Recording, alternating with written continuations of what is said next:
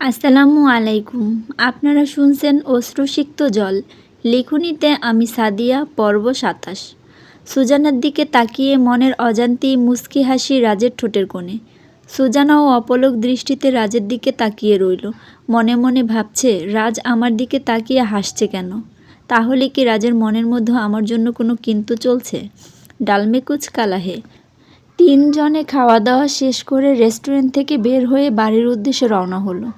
সুজানা আর রাজের বাড়ি পাশাপাশি। সুজানা রাজকে বলল, রাজ চল আমরা একসাথে বাড়ি যাব। সুজানা আর রাজ চাঁদনির থেকে বিদায় নিল। চাঁদনি চাঁদনির বাড়িতে চলে গেল।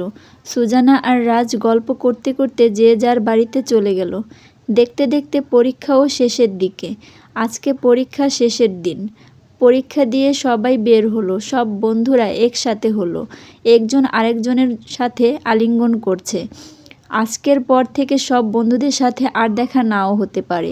পরীক্ষায় ভালো রেজাল্ট করলে এক একজন এক এক কলেজে ভর্তি হবে। কোনো বান্ধবীর আবার বিয়ে হয়ে যাবে। আর কোনো দিন স্কুল মাঠে হইচই হবে না। সামনের বেঞ্চে বসা নিয়ে আর কোনো দিন কাড়াকাড়ি হবে না।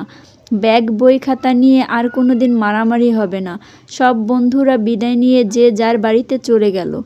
রাতে রাজ চাঁদনিকে ফোন করলো, চাঁদনি আমাদের এই বন্ধুত্ব ভুলে যাবে না তো?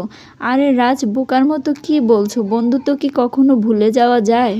হয়তো সময় আর পরিস্থিতির জন্য দূরে থাকা হয়, কিন্তু বন্ধুত্ব কখনো ভুলে যাওয়ার মতো না। অনেকক্ষণ কথা বলার পরে ফোনটা কেটে দিল। চাঁদনির সাথে কথা হয়েছে প্রায় 1 সপ্তাহ হয়ে গেল। এই 1 সপ্তাহ রাত চাঁদনিকে না দেখে কাটিয়ে দিয়েছে। চাঁদনিকে না দেখে থাকার যন্ত্রণা কাউকে বোঝানো যায় না। প্রতিটা প্রহর এক একটা যুগ সমান পার হয়ে যায় রাজের কাছে। রাজ চাঁদনিকে ভালোবাসার কথা না বলতে পারলে বুকের ভেতরটা খা খা করবে। যে করেই হোক চাঁদনিকে মনের কথা বলতে হবে। ফোনে না হলে মনের কথা বলা যাবে, কিন্তু চাঁদনিকে যে দেখার জন্য মনটা ছটপট করছে। যে করেই হোক চাঁদনির সাথে দেখা করতে হবে। ওকে এক নজর আমার দেখতে হবে। জানি না ওর বাড়ির লোক কী ভাববে। যা ভাবার তা পরে দেখা যাবে। আগে ওকে এক নজর দেখে চোখ জুড়িয়ে নেই। রাজ ক্লাসের এক ফ্রেন্ডকে নিয়ে চাঁদনিদের বাসায় গেল। দরজার সামনে দাঁড়িয়ে এদিক ওদিক উকি মারল। কোনো লোকজন দেখতে না পেয়ে চাঁদনি চাঁদনি বলে ডাকা শুরু করলো। ভেতর থেকে খুবই মিষ্টি একটা মেয়ে বের হয়ে আসলো। আপনারা কে আর কাকেই বা চাচ্ছেন? আমরা চাঁদনিকে খুঁজতে এসেছি। এটা কি চাঁদনিদের বাড়ি? আর তুমি কে? জি, এটা চাঁদনিদের বাড়ি। আমি চাঁদনির ছোট বোন রাত্রি। আপনারা ভেতরে এসে বসেন, আমি আপুকে ডেকে দিচ্ছি। রাত্রি ভেতরের দিকে দৌড়ে চলে গেল। চাঁদনি আপু, চাঁদনি আপু, তোর ফ্রেন্ডরা এসেছে। চাঁদনি ভেতর থেকে আসলো। আরে রাজ, তোমরা কেমন আছো? হ্যাঁ ভালো আছি চাঁদনি, তুমি কেমন আছো? এই তো আলহামদুলিল্লাহ। তা দাঁড়িয়ে কেন, বসো। রাজ অপলক দৃষ্টিতে শুধু চাঁদনিকে দেখছে। চাঁদনি বলল, আরে দাঁড়িয়ে আছো কেন, বসো না। চাঁদনি রাজদের বসতে দিয়ে ভেতরে চলে গেল। ভেতর থেকে একজন মুরব্বি লোক আর দুজন মহিলা আসলো। সবাই মিলে বসে একসাথে গল্প করছে। সবাই যে যার পরিচয় দিল। একজন চাঁদনির মা, অন্যজন মহিলা চাঁদনির নানু, আর মুরব্বি লোকটা ছিল চাঁদনির নানা। চাঁদনিদের পরিবারের লোকজন এত যে ভালো বলে বোঝানো যাবে না। অল্পতেই সবার সাথে মিশে যায়। সবার সাথে আজকে এই মাত্র পরিচয়, কিন্তু মনে হলো এদের সাথে আমাদের অনেক দিন ধরে সম্পর্ক আছে।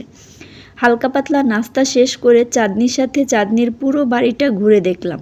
বাড়িটা খুব সুন্দর তৈরি করেছে। চারদিকে ইট পাথরের দেয়াল, উপরে রঙিন টিন আর রংবাহারি কারুকার্য।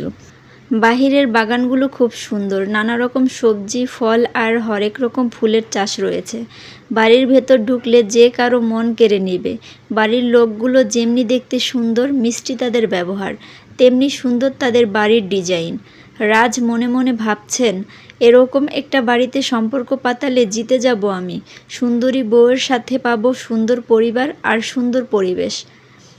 রাজ চাঁদনিকে বলল, চাঁদনি তোমাকে আমার কিছু বলার আছে। তা বলো না রাজ, কি বলবে? রাজ মনের কথা বলতে যেও বলতে পারল না। না এমনি কিছু না, তোমাদের বাড়িটা অনেক সুন্দর আর তোমার পরিবারের লোকজন অনেক মিশুক, সবাই অনেক ভালো। গল্পগুজব করতে করতে কখন যেন সন্ধ্যা হয়ে গেছে। রাজ এবার বিদায় নিতে চায়। সবার কাছ থেকে বিদায় নিয়ে দুই বন্ধু হাঁটছে। রাজের পাশে থাকা বন্ধুটি বলে উঠল, দোস্ত তোর শালিটাও কিন্তু সেই। এই আমার শালিকার দিকে নজর দিবি না, ও ছোট মানুষ। তা তোর শালিকা কি কখনো বড় হবে না? যখন বড় হবে তখন দেখা যাবে। আর তোর মতো থার্ড ক্লাস মার্কা ছেলের কাছে কি আমি আমার শালিকাকে দিব? সব কিছু ছেড়ে ভালো হয়ে যাব। যখন ভালো হবি তখন দেখা যাবে। রাজ, তুই তো তোর মনের কথাটা চাঁদনিকে বলতে পারিস নাই।